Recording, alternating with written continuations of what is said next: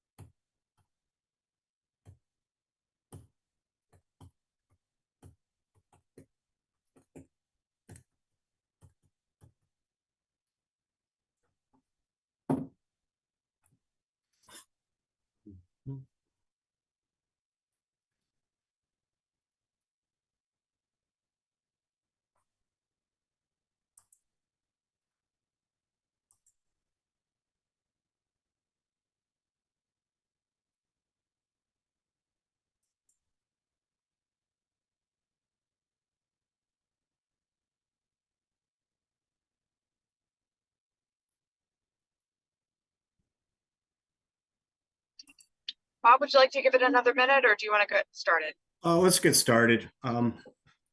We've got a quorum, so we can begin.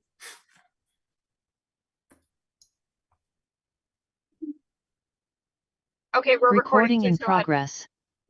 Okay, welcome everyone. This is the meeting of the Finance Committee. I'm calling it to order at 4:03 p.m. We do have a quorum, although we're missing a couple of our members.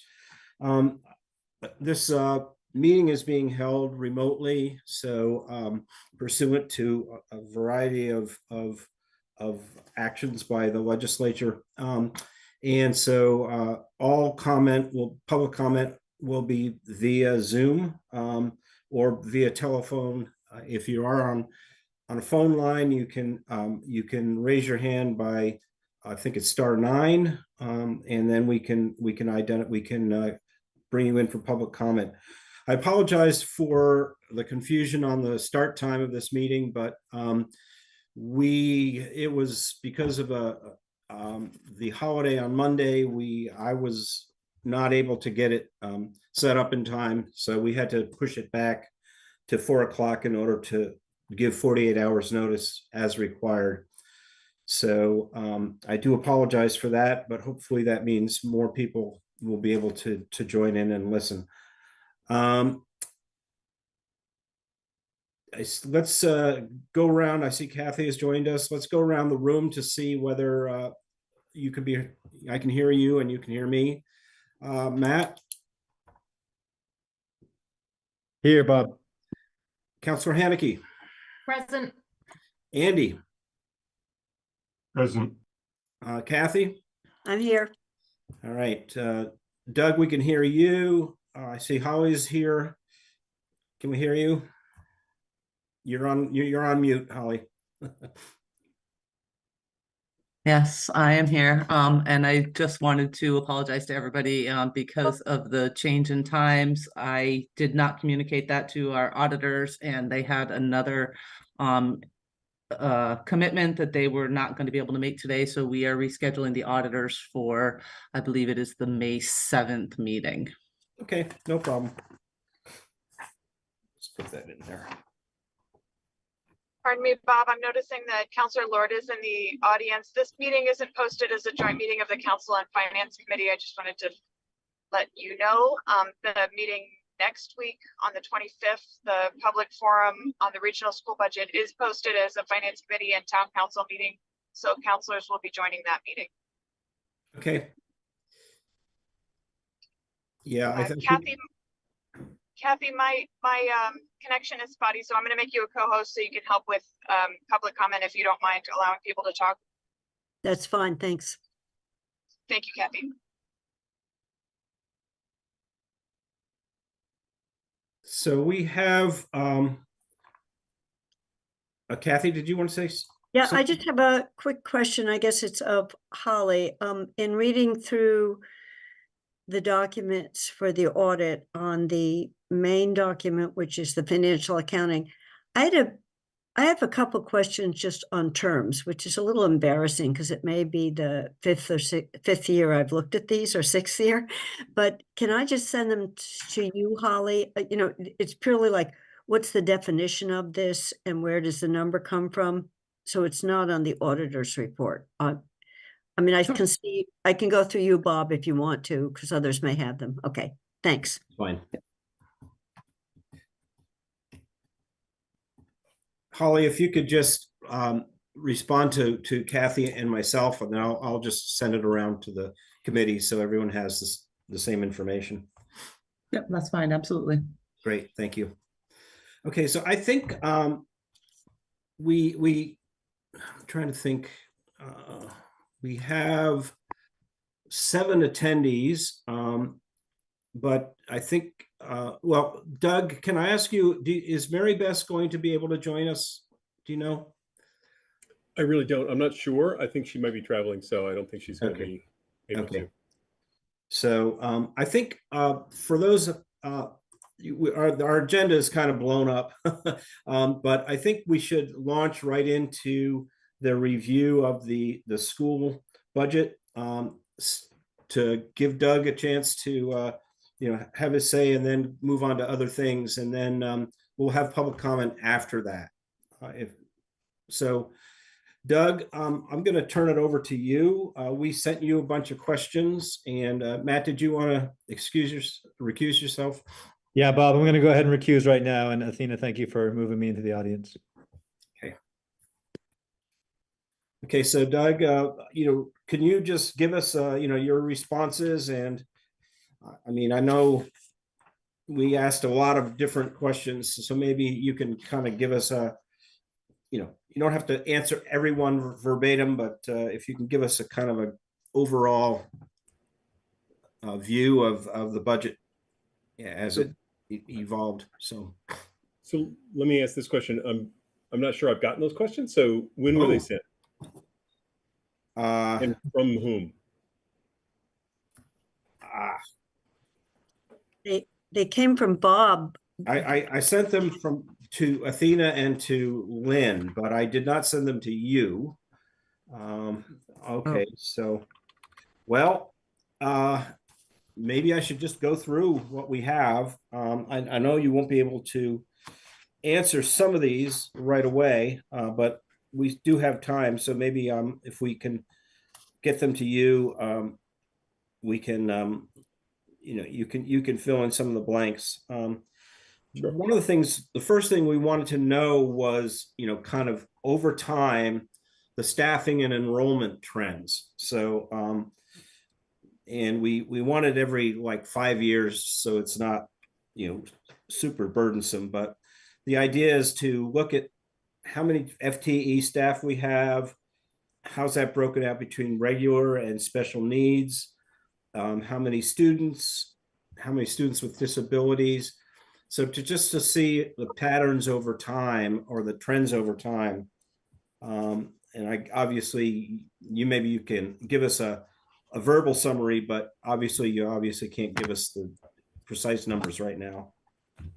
Yeah, I can give you a brief overview. I mean, in general, our enrollments are down over the last several years. And so the tricky thing is that our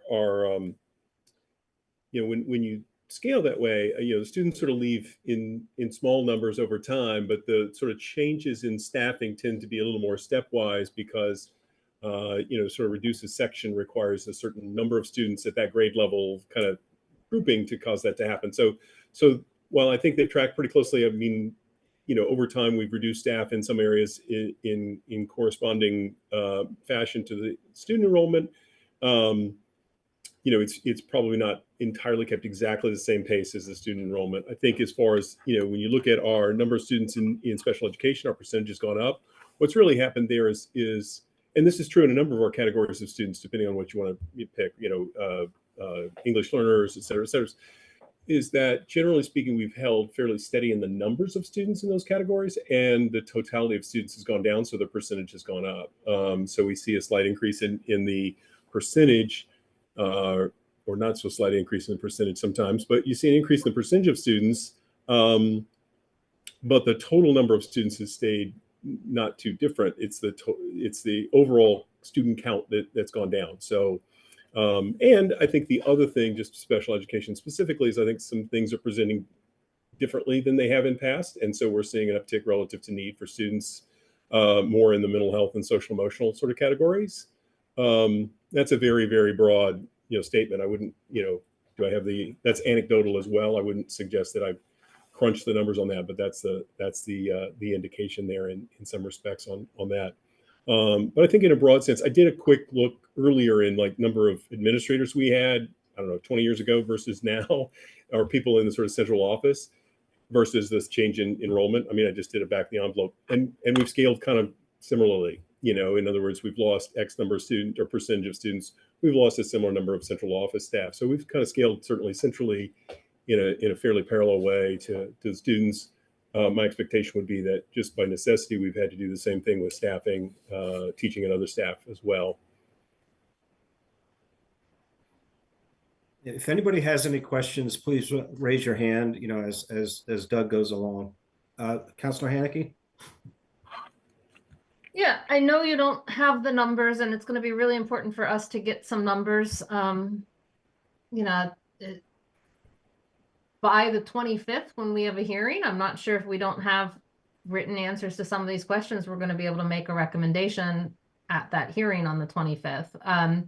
But you talk about the numbers of special ed students staying approximately consistent, even if the percentage looks different because of the decrease in total enrollment. What do you know of the numbers of educators for special education, whether it be certified teachers or paraeducators over that same amount of time? Has that number stayed fairly steady? Or has that number increased or decreased? Where does that relate compared to, a steady number of enrolled students or fairly steady enrolled students in special needs? Let me see if I can answer that in a more concrete way. See how quickly I can get to perhaps an answer in that regard, broadly speaking. My guess would be, as far as, and I'll look up the actual numbers here a little bit more closely. Our trends in, looking at special education instruction, so this would be teachers at the middle school and high school, have trended upward a little bit, but it's been steady over the last 22, 23, 24, last 3 years. You look at, let me see if I can find the sort of paraeducator section, because that's where the big numbers are, is with our teachers and our paras.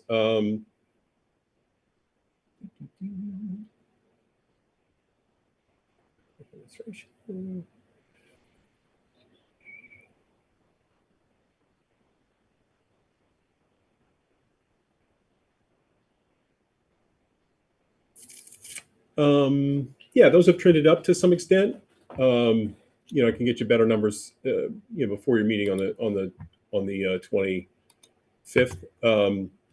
So that is a Thursday meeting, just to make sure I got the date right. 25th, yes. Is that right?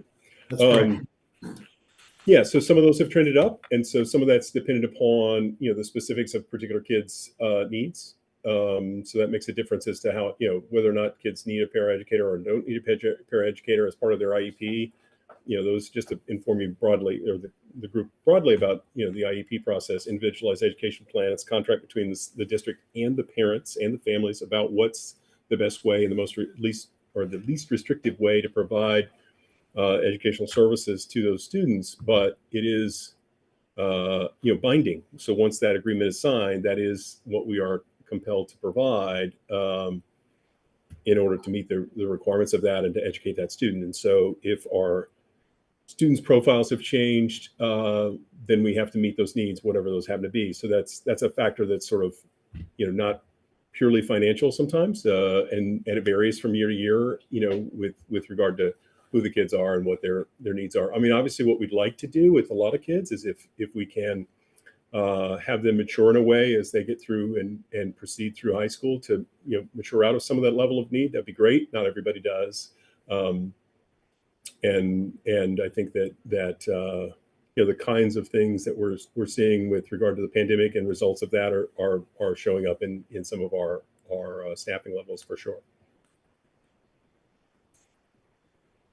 Okay.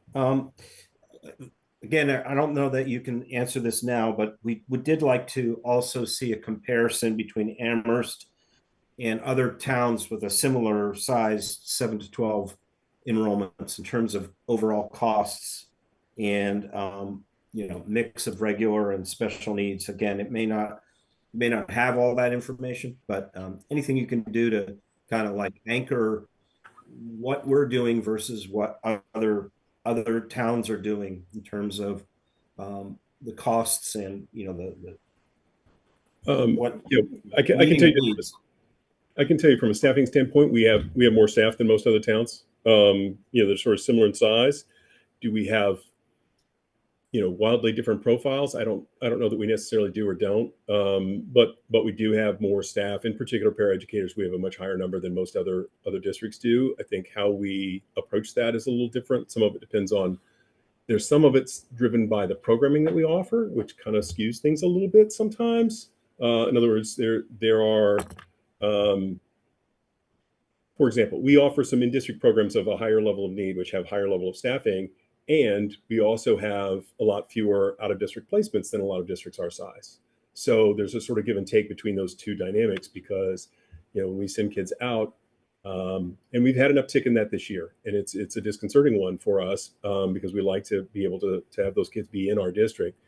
But that's part of the trade-off too when we start to compare with other districts is, do they offer programming like we do that allows kids to remain within the district, and also bolsters our in-house costs and in-house personnel counts. So we've got to kind of weigh those against each other. So take a holistic view to that. But I'll get you some more specifics. But certainly we have more paras than other people do, and I think we have more programming than other people do, and less out-of-district placements than other people do. Councilor Hannigan? Thank you. That comment just brought up a question in my mind. We talk a lot about per student costs and how that relates to the amount of money that is paid in charter tuition out of our district to other charters, because it's based on per student costs of our district. And how does that per student cost, I'm just trying to figure out relationships here. Not advocating something one way or another. I just have to state that before I ask this question. How does that relate to the charter per student cost formula for sending a student out of district versus providing all of those services in district? Does providing them in district go into our per student cost for charter school tuition costs, and does out of district placements go into the per student costs, or are they calculated separately? I'm going to give you an unsatisfactory answer here. Yes and no. So some of the costs are included and some of them are not included. And so it gets kind of messy relative to sort of teasing that out. And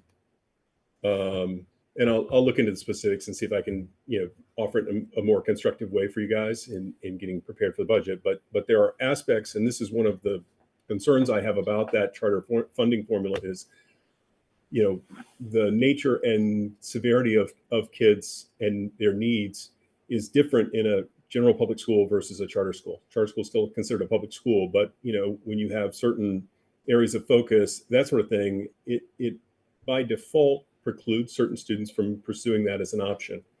And so the kinds of level of need that they're dealing with is different. And yet I'm not sure all of that. Some of that's taken into account in the formulas, but not all of it. Can I follow up? Yeah. Does the formula for that charter school tuition include the out of district tuition placements? Or are those excluded from the formula? I'm not sure exactly, because there's multiple pieces to an out-of-district placement. There's the actual placement itself. There's the transportation costs. There's, is there support for the student on the transportation? Those different sort of component pieces. And I'm not sure off the top of my head which are, which aren't, and to what extent. Okay, thank you.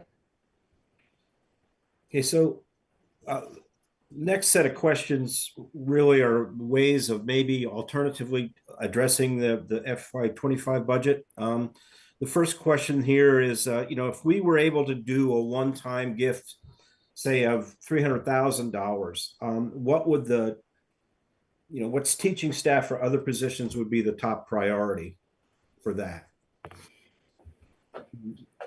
That's a great question. I think that it probably depends on who you ask, but I think in the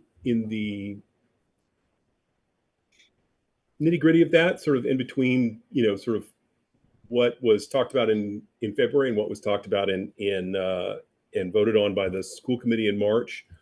We haven't had that conversation about what about in between there. I think that in general, one of the lenses that the school committee took when they were taking this was to try to, any sort of student facing positions are the ones that they wanted to restore.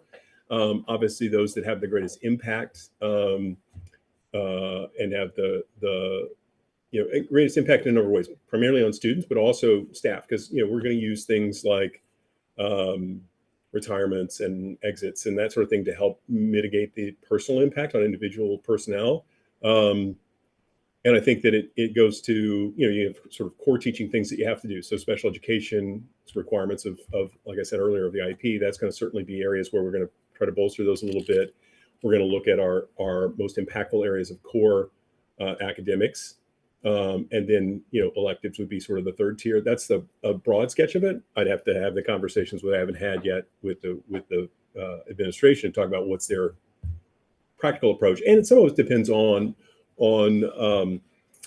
course enrollments and sort of where the needs are from a standpoint of what kids have chosen. So, if they were expecting to cut, I'm going to make something up here, woodworking, which and then suddenly 25 kids sign up for woodworking, we need a section of woodworking, that kind of thing changes what the conversation was a month ago or 2 months ago. So those also play into the choices that we'll make as a district moving ahead. But I think, if you think about sort of the triage of trying to keep it away from students as much as we can, and those things that have the highest level of impact, which would be and requirements associated with them, like special education or core subjects that have to be taught to every student, and then electives. That's going to be the broad sort of lens that we take to that.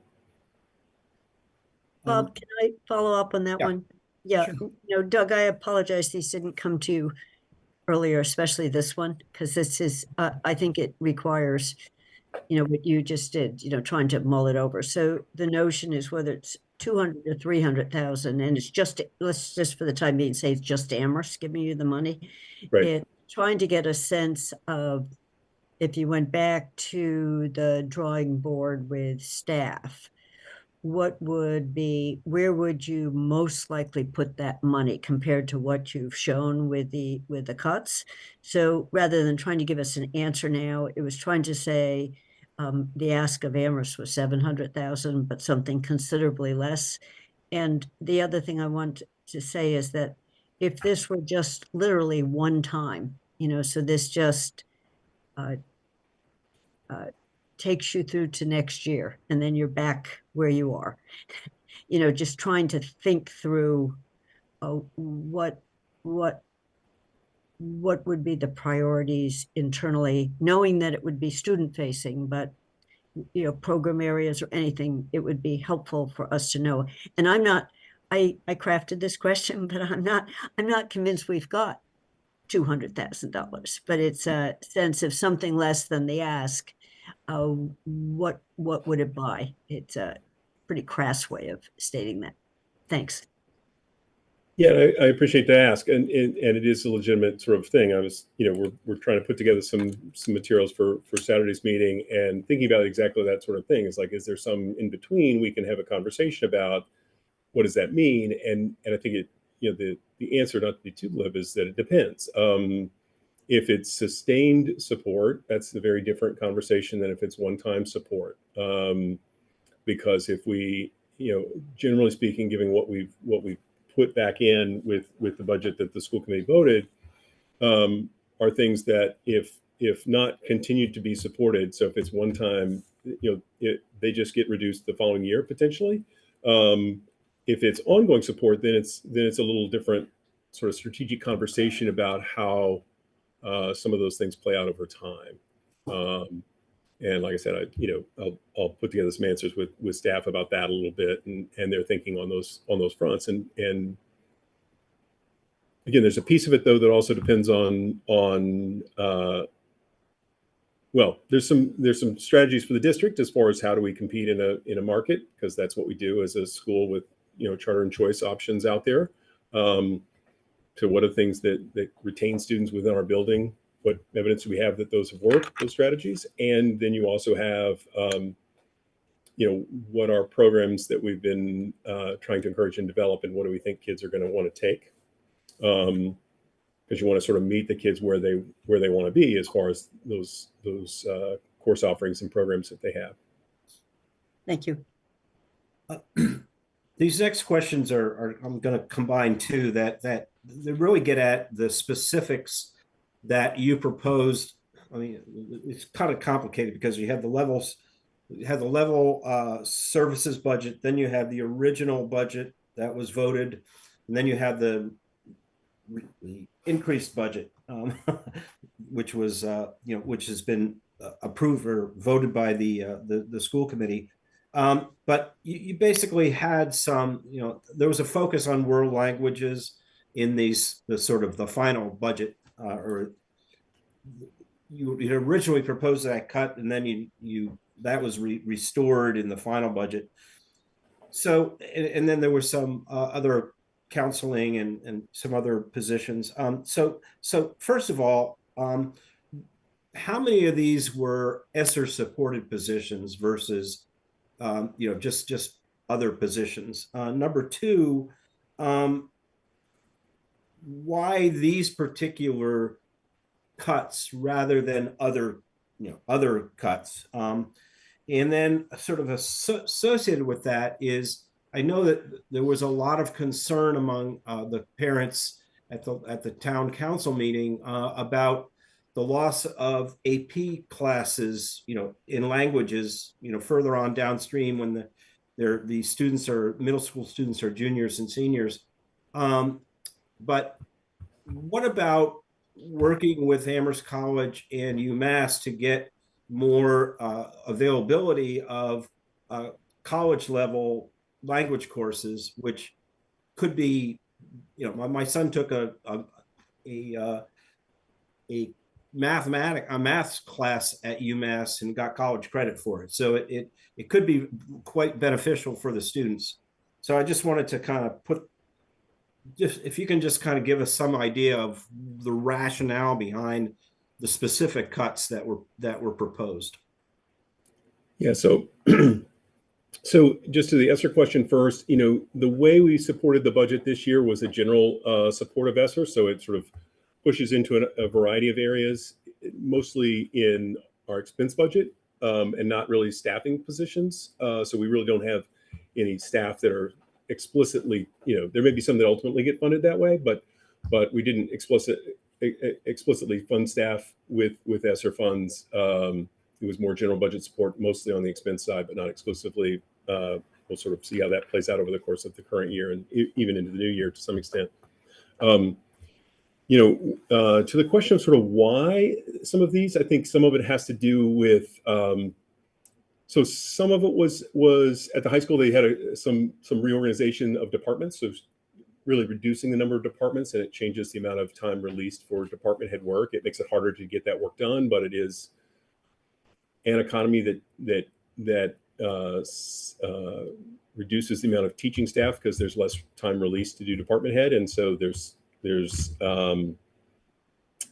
some loss in that, administration, coordination, curriculum support, et cetera, that department heads do as a result of that, but it preserves sections of classes for kids.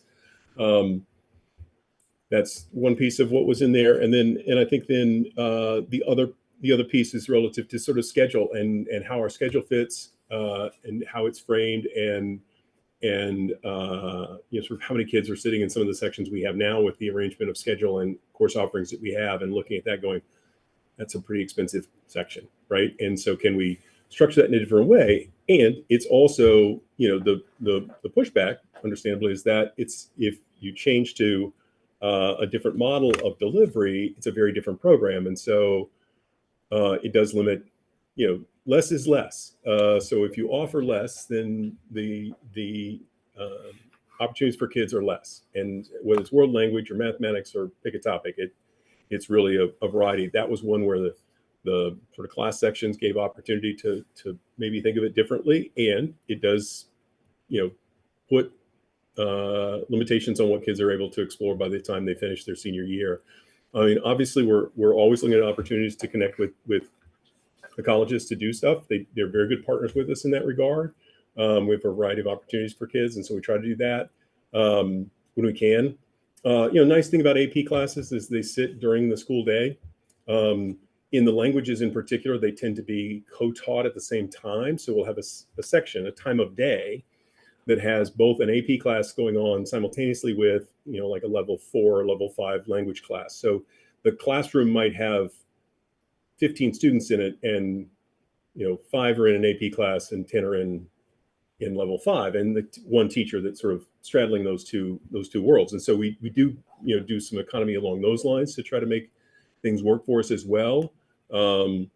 There's some limits to what that can do and what experience that is for the kids. And if you offer less early in the process of world language, then to get to an AP level requires some significant choices by students in their scheduling and their elective options as they go through to get to that place. In other words, if you wanted to get, if you limit their choices to begin with, then to get to an AP level requires essentially what they call doubling up, which means, instead of taking sort of one world language per year, you take 2 1 year. Same thing happens in mathematics. Same thing can happen in other courses as well. Not optimal in a lot of ways, and in some ways, it's an option, but it's not. If you're taking 2 languages in a year, that means there's some other elective you're not taking, right? So it is limiting your choices in some form or another, whether it be in world language or in some other option that you might have explored had you had more flexibility in your schedule. Councilor Haneke? Yeah, the doubling up thing, I know this is not necessarily the finance committee's purview, but I do have to say that that's actually not possible for some of the languages in my view. And so I think you have to be forthright about that. For Chinese, for example, I mean, unless you're going to allow someone to take Chinese 1 and Chinese 2 at the exact same time, same semester, same time, you can never double up in Chinese with the current way of Chinese offerings. Chinese 1, 2, and 3 are in the spring semester. Chinese 4, 5, AP, and culture and literature are in the fall semester. So unless you're taking 1 and 2 at the same time, or 2 and 3 literally at the same time, which is probably not doable because you need 1 to take 2, you can't double up, and you can't take 4 before you take 3. So to say that that's a possibility when talking about the language cuts, I think is disingenuous. And I know that's not where finance deals with, but I think the school should be more forthright about what the middle school cut to languages would potentially mean in the future, which is for some languages, no AP, given the current schedule, unless the schedule changes. And I think that's the critical point that would be made, would be that potentially the schedule could be differently. So the fact that we currently only offer levels 1, 2, and 3 in the spring could be altered so as to allow kids the opportunity. But it also depends on, demand. Is there a sufficient level, like if you have to offer level 2 in both the fall and spring, then, you have to have enough students to take it to make that worthwhile. But it's within the realm of possibility. But I get your point, though. It's also, as currently structured, would that allow you to get there? No. And you can't simultaneously take 1 and 2 because you don't have the efficient foundational skill to do 2 if you haven't done 1 yet. So, I get your point, and I think that the thinking is that likely the avenue would be to alter the schedule to make that a possibility. I think the other thing that we have to weigh here as we think about this, and we think about, and this is, and it doesn't matter that, pick a program area, and this is the conundrum, is what are we offer, what can we offer, and what and how many students are impacted by those kinds of things. And that's part of the calculus too, is when we start thinking about some of these choices, and it's like we don't want to put those limitations. And is it better to have and I'm not throwing this as a value judgment at all. It's like, is it better to have AP Chinese or AP calculus of some sort versus class sections in ninth grade of 30 versus 22? I mean, that's some of the trade-offs that are happening with those differences, that are all part of the mix of this, and trying to find those balances between those things. And that's the struggle we're going to have as our enrollment shrinks a little bit. And we want to try to continue to offer this wide spectrum of programs, which are great, and we'd love to. But we're going to have to think about that very carefully over the coming years as to whether we can continue. Do we just have the student population to sustain some of the offerings we've had in the past, or do we do something else with school choice, or do we? I mean, I think we need to explore all of those ideas, sort of simultaneously, because world language is the area that got a lot of conversation in the last few months. It could have been about a different area. We could have been having it about math or social study offering or any of the others. I think so. I don't want to hyper focus on one. I think there's a more systemic thing we've got to look at and think about over the coming years to structure ourselves in a way that is functional and as deep and as broad as we can do for all of our students. Kathy? Yeah, I want to just build on, as Bob said, he asked a complicated, almost three-part question, but the Amherst and UMass part of it, Doug, I know you've been over there at least once to say, can you offer us some financial help? And I know Amherst College does do some in-kind work, particularly with the elementary schools. They gave me a list, but I'm really wondering about the higher level courses across the board. If we could have if there's been an exploration, or could there be, of the advanced placement courses, the ability to take a course. So what I know about is people who did physics, who did math. I'm not sure I knew anyone who did language, but I'm just thinking, in my son's piece. But there is, if you do languages, UMass is rich in the scope of languages that's offered. And I don't know how much union contracts preclude a student teacher who is going for a teaching degree in a language or in an area, coming in and being a lead teacher for an extra language course or something. But trying to think of what our town is rich in is other educational institutions, and they could write this up as in-kind support if we had a more formal arrangement, and whether that could be done in time for September, or could be done with this is our glide path and where we're going. So that's my longish question on seeing them as research sources particularly for our regional schools. Yeah, I think that those are all areas of that we're interested in continuing to explore and partner with them. I mean, we do have to have and consider schedules when we have kids off campus. It's like, how quickly can they get there and get back, and how does it fit in ways that have meaning, and then when do the colleges and university offer those classes too? In other words, we're not going to dictate to the university how they're offering classes. Now, granted, something like world language, which they do a lot of, because all the arts and science majors have to take language, so they offer a lot of sections of various world languages. So there's a lot of opportunity there, but I think also that schedule question is a real one that we have to consider as a part and parcel of this too. Yeah, I think there's opportunities how quickly we can get something more formal than we have now. I mean, we have a few things in place